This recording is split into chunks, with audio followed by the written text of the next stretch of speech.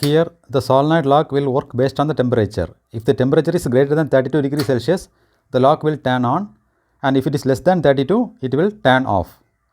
Also, we can measure the humidity, air quality, and also the light value. The components required for this experiment are ESP32 board, solenoid lock, DHT11 sensor, MQ135 sensor, LDR sensor, 5-volt relay, 3 batteries, connecting cable and connecting wires.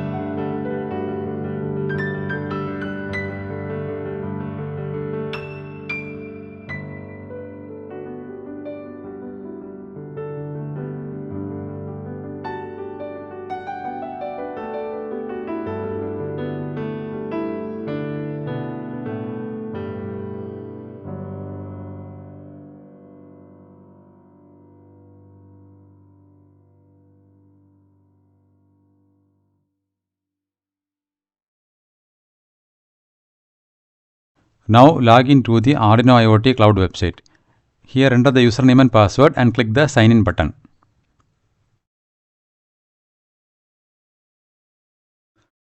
Now from the left side menu, go to Things. Then here click the plus thing button from the top right.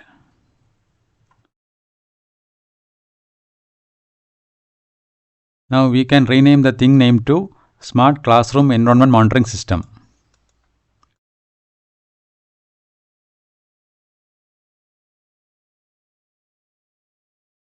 And click on the rename button.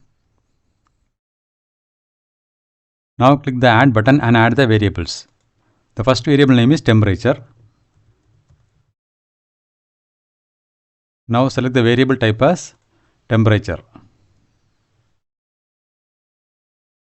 And click on the add variable button. Now click add again and add the second variable humidity. Now select the variable type as humidity, relative humidity, and click on the add variable button.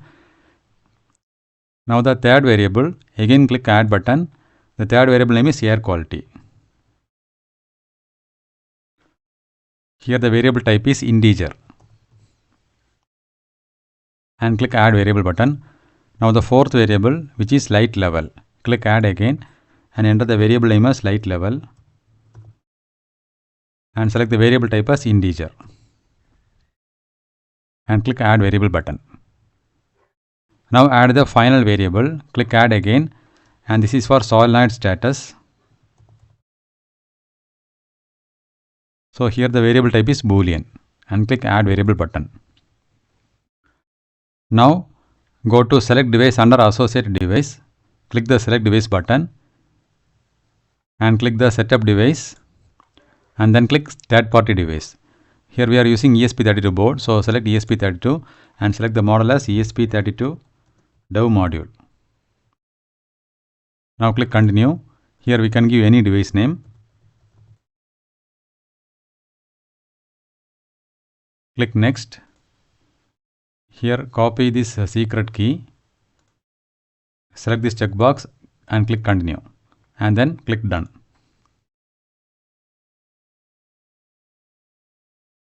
Now we need to configure the network. Click the configure button under network. Here enter the Wi-Fi username and password and paste the secret key which we copied and click save. Now go to Sketch.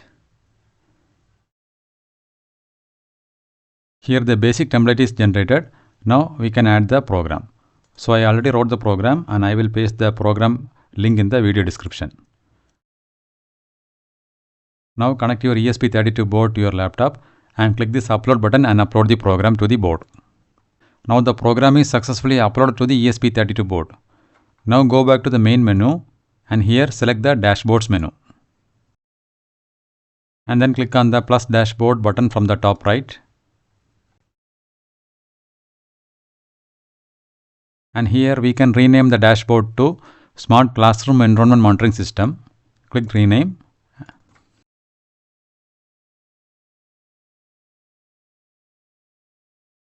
And click on the rename button. Now click the edit button from the top right. Now click add and add 4 gauges. The first gauge is for temperature.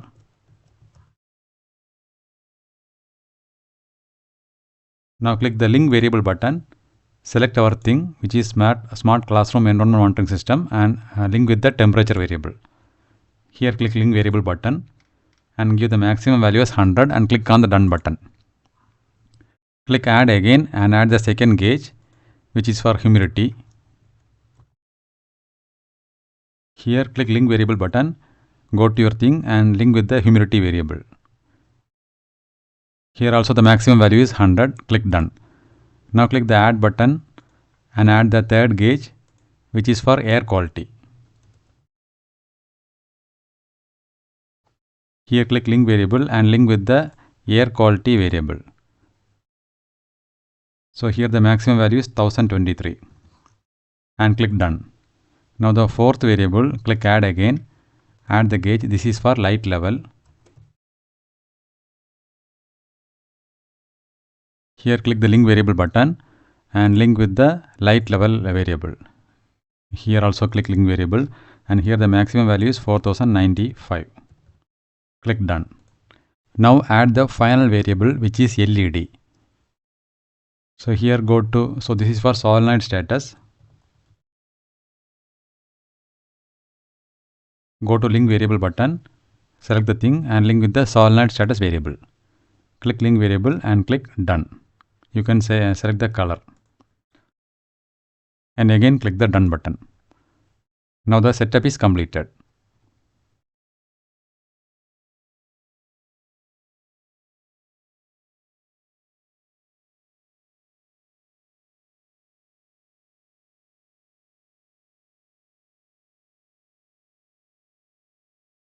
We can also check the output through the mobile. For that, download the IoT remote application from the Play Store. Once you open the application, you can see the dashboard which we created in the Arduino IoT Cloud website. Now click on that dashboard. And here you can see the same widgets from similar to the Arduino IoT Cloud website. So from here we can check the output.